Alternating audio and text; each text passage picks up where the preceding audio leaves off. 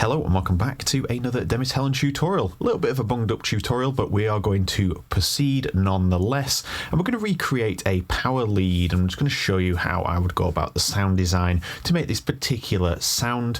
We can use different wavetables to achieve this, but we're going to use the basic shapes so everybody's got access to the same wavetables immediately to recreate the same sound as the video is playing. And if you are one of those people that like to learn on the go, feel free to pause the video at any time and just recreate exactly the same settings, and voila, you'll have the preset to hand.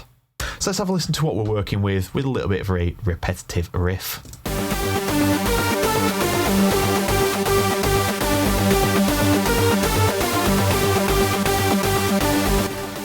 It's got a little bit of an old school vibe to it, but it's a very modern sounding synth. It's got a bit of a pitch bend at the start, so it's just giving you a little bit of a pitch shift to get a nice attack sound. So this preset is designed with sort of like the ASOT style, that 138 style in mind, but it's not as hard or hard hitting as you would expect it to be in there.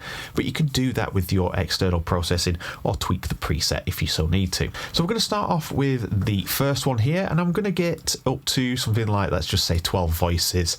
And I'm just going to bring the unison down just a little bit, and let's just preview out. I'm just going to unsolo that.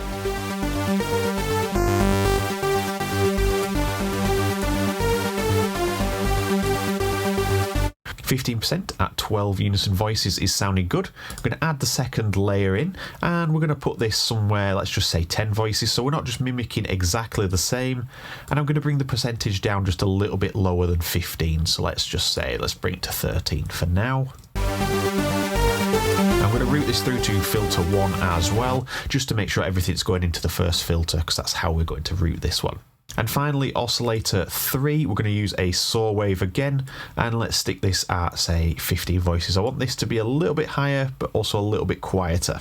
And we're going to keep that at 20 for now, and I'm just going to bring the volume level to 12 o'clock. So we've got a blend of 3 there with all different unison style voices.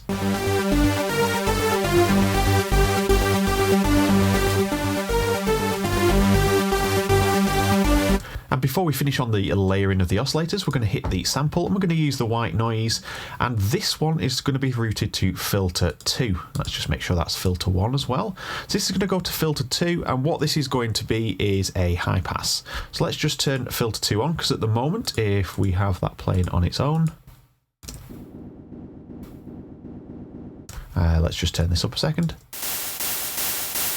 There's a lot of low end detail in there, so I'm going to bring that down, and we're going to have a high pass.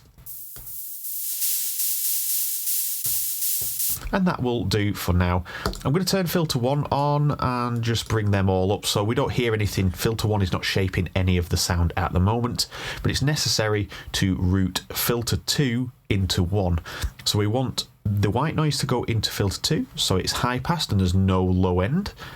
And then we want to feed that back into filter 1 so it actually follows the same suit as all the rest. So now if we do this, we've got a cutoff here going the opposite way using a low pass instead. So let's turn all these back on, and I'm going to drop the level of the white noise just to 12 o'clock for a second, and we'll balance this in.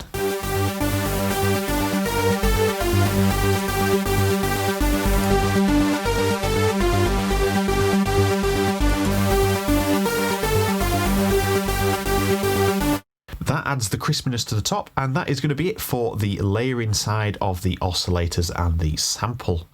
Now onto envelope shaping. We're going to leave envelope 1 as it is, because this is just going to hold the note for as long as we want it to, and then it's going to turn it off straight away due to the fast release. That's how it comes standard. All I'm going to do is just bring the attack down to 0. So where the magic's going to happen is envelope number 2, and I'm going to bring that down and just give it a steady sort of decay, and let's just say to about here. If you hold here, you can see how many seconds or milliseconds you are dealing with there, so 0.778 of a second.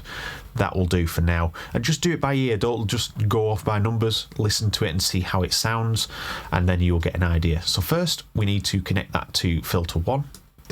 And we can see it's attached to the cutoff, and the cutoff needs to be set down to 0 for this particular preset. And then I'm going to bring this up. You can see the line just below the wheel going up, showing you how far it's going to reach. So let's just see how that sounds.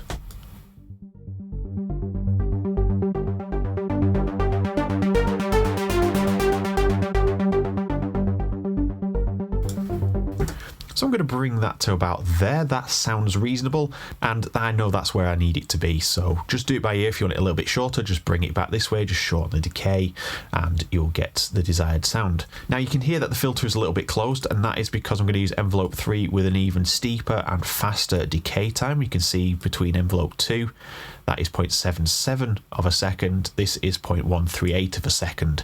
Let's put this onto the cutoff as well. Let's turn this down.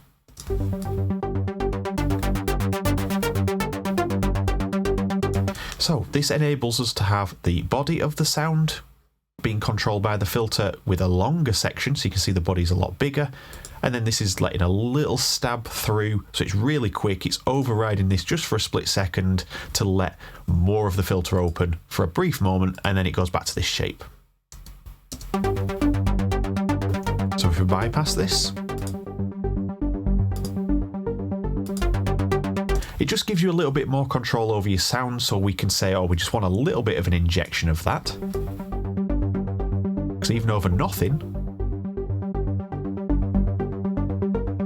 that's a lovely welcome addition.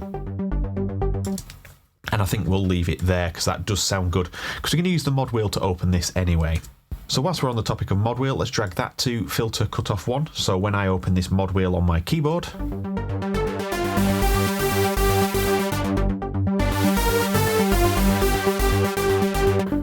going to drag this bit down. That's just making the mod wheel more responsive instead of part of it just being fully open filter.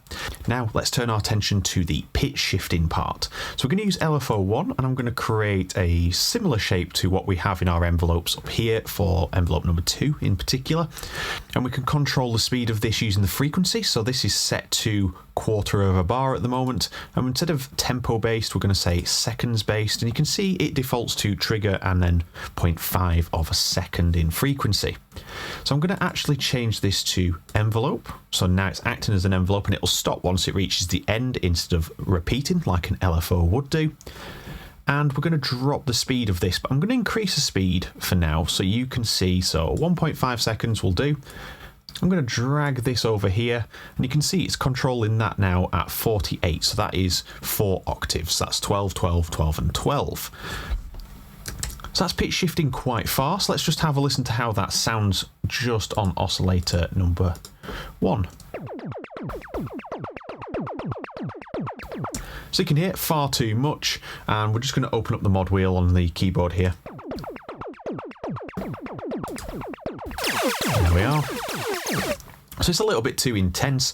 Unless you're looking for some sort of effects design, that's not going to suit us at the moment. So let's bring this down as we play it.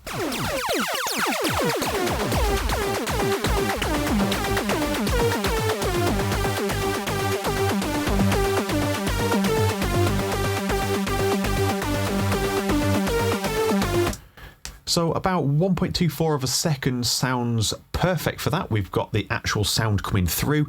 It's only affecting the very beginning. It's a very fast attack. So let's just simulate this on envelope 4. We're not using this one. But if we turn the sustain down, we've essentially created... let's just bring this up a little bit. There we are. We've simulated roughly that. And you can see that's dragged to 138 seconds again. And you can see that's a very fast decay. We've just got a few more parameters on this one. So that's one done. Let's have a listen to this all in context for a second. Sounding okay, but I think LFO1 needs to go onto a second one. We're going to leave one as it is. And the second one, if we hit enter value by right clicking, I'm just going to say 24, half of what that one's doing. So we're only spanning 2 octaves on the pitch shifting.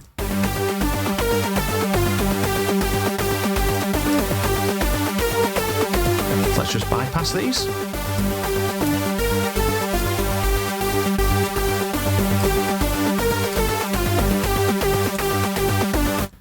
So there we are, we have our pitch shifting element. Feel free to have a mess around with that and just do as you wish with some of the parameters there to just get the sound that you want. And before we wrap the video up, let's just jump into the effects, and we're going to add some delay and we're going to add some reverb after that. So for now I'm going to leave it as this, and I'm going to say we want that in stereo mode, and I'm just going to bring the spread down and the cut off up to here, just so we're actually reducing some of the lows that are delayed.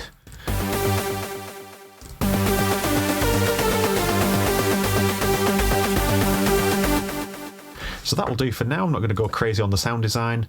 I'm going to cut some of the lows out here so you can see around 60 hertz or so, just to clean up the low end on the reverb. I'm going to bring the mix up to around 40%.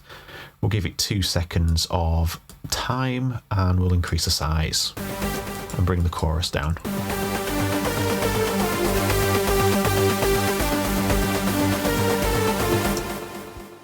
So in order to get that hard hitting part, let's create another bit and let it cut through that reverb.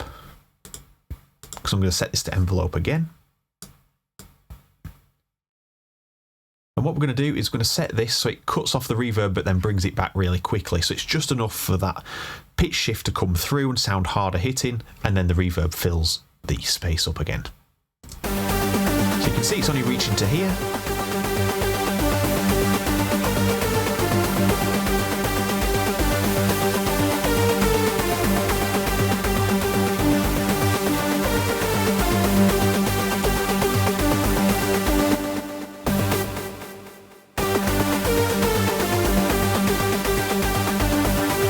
So it's letting some of it cut through because it's quickly turning the mix down so the dry sound comes through and then the reverb fills up the space. And finally, let's just put some EQ. Let's set these up so we'll have the delay first in this case, and then the reverb, and then at the end we'll have some EQ, and we'll just cut the lows, change that cut off, let's just say up to 50 hertz. And let's just bring a little bit of brightness in, just a little bit of a boost here.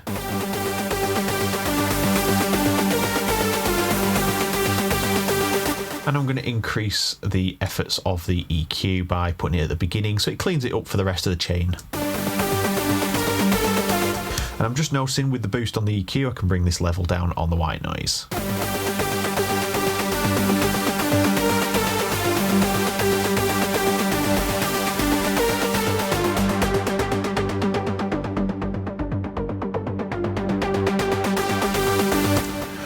There we have it. That is the end of the video. If you did enjoy this video, please leave a comment and a like. Don't forget to subscribe if you haven't already, so you get to see when the videos are first uploaded.